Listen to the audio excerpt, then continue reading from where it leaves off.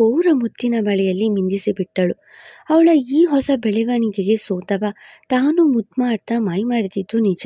ಹಾಗೆ ಸುಸ್ತಾಗಿದ್ದವ, ರಜ್ಜು ನೀನು ಪ್ಲೀಸ್ ಬೇಗ ಹೋಗಿ ಅಡುಗೆ ಮಾಡು, ನನಗೆ ಹಸುವು ಎನ್ನಲು, ಅಡುಗೆನಾ?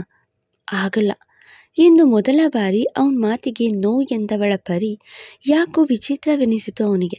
ಆದರೂ ಜೋಕ್ ಎಂದು ನಕ್ಕವ, ಪ್ಲೀಸ್ ನೀನು ಮಾಡ್ತೀಯಲ್ವಾ ಪೂರಿ ಸಾಕು, ಅದನ್ನೇ ಮಾಡು, ಅದು ನನ್ನ ಫೇವ್ರೆಟ್ ಎನ್ನಲು, ಅದೆಲ್ಲ ಈಗಾಗಲ್ಲ ಎಂದು ಅವನ ಕೋಳ ಸುತ್ತ ಕೈ ಹಾಕಿ ಅಪ್ಪಿದವಳ ಕೈ ಬಿಡಿಸಿಕೊಂಡವ ತಾನೇ ಎದ್ದು ಅಡುಗೆ ಮನೆಗೆ ಬಂದು ತಿಂಡಿ ತಯಾರು ಮಾಡ್ತಾ, ಯಾವಾಗಲೂ ರಚ್ಚು ಈ ಥರ ನೋ ಅಂದಿರಲಿಲ್ಲ.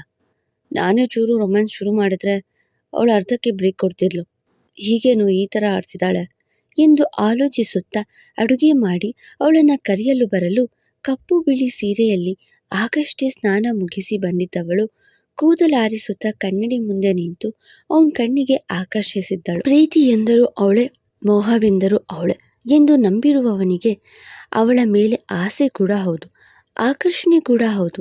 ಪ್ರೀತಿಯ ಬಲೆಗೆ ಬಿದ್ದವನು ಅವಳತ್ತ ಬಂದು ಕೈ ಹಿಡಿದು ಮುತ್ತಿಕ್ಕುತ್ತಾ ಅವಳ ಸೌಂದರ್ಯಕ್ಕೆ ಕೊಂಚ ಸೋತಂತೆ ನಿಂತಿದ್ದ.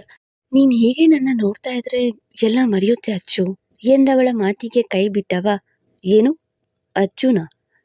ಅದು ಏಕವಚನದಲ್ಲಿ ಎಂದು ಕೇಳಿದ್ದೆ, ಹಾಗೆ ಸುಮ್ಮನೆ ಅಜಯ್ ಅವರೇ ಎಂದು